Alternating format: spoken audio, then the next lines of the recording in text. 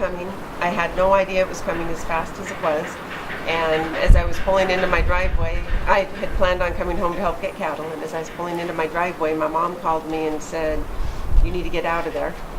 And then the sheriff or somebody showed up and basically said we had 10 minutes to get ready to go. So as soon as I got home from work. That was the first thing that happened. Yeah. 10 minutes. But then you had already gotten those horses over No. there? No. What happened then? What made you realize you needed to get those horses? Because they were closest to the fire. How far? I don't know how far they were. They were close though. I mean, you could feel the heat and the ash. And Well, tell me what was going through your mind when you were trying to do that. not much. Just trying to get the horses caught, get them loaded in the trailer, and keeping my daughter safe. She was helping you. She was helping me. Yeah. Bless her heart. Wow. Because I think she was pretty scared too. Yeah. By the time I got back here, there must have been half a dozen trucks and trailers here, and people moving livestock out of here, and moving all of our vehicles out of here. Everything. I knew some of them I didn't know. Yeah, a couple of them were friends, and a couple of them were people I'd never met before. I don't even know their names to thank them. Yeah, it was pretty amazing. It was unbelievable. People I didn't know when we were down on the road offering to take livestock in, and horses, cattle, everything. We had just moved the majority of our herd the day before. We had just turned irrigation water on that morning, so we were fortunate. But like my daughter's show steers, somebody stopped by and said bring them up to their house, and it was pretty amazing. Where were they taking the livestock? We just took ours to friends' houses. Other people were taking them down to the fairgrounds. When did that operation end, and what did you do Like that it lasted night? forever. That night, I don't know what time we finished up. After we finished, then we went and helped move some other livestock. And when we had everything out up in this area, we kind of just came back and watched. Sat all night waiting, watching. It looked a lot closer than it was. It didn't go beyond until the next day. It stopped right up at the corner of the property. It went on 3 sides of us, and we watched my neighbor's barn burn And that from was a distance. Mr. Roan? Hmm.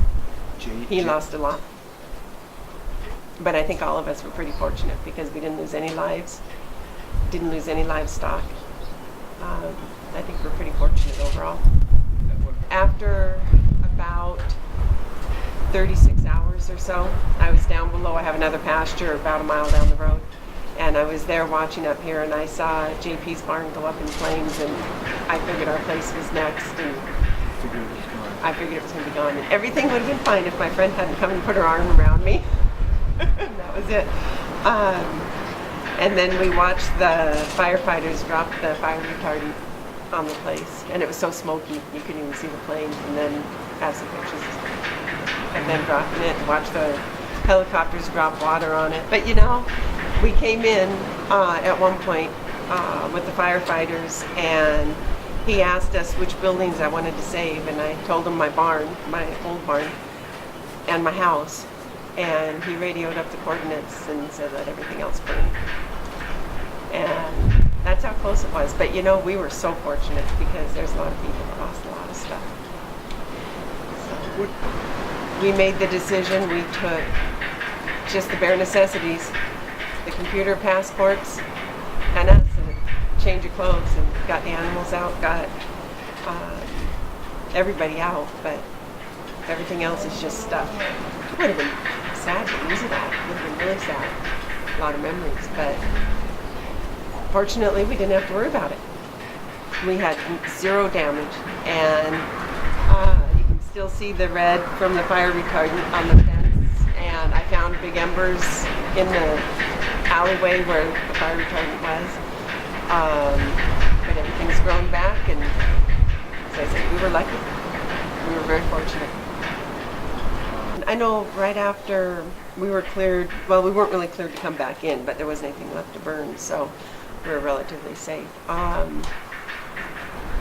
went down and volunteered at the fairgrounds, and it was neat to see how many people were putting in their time down there too. And of course, the fire had been going on for about 3 days before I got down there, but from the cattlemen going down there to feed livestock and people donating hay, Dr. Kohler and some of the other vets down there donating their time, and then watching the supplies come in from across the state that the 4-H kids from all over the state had collected. I mean, truckloads of stuff.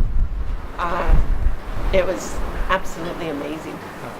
I've never seen anything like it.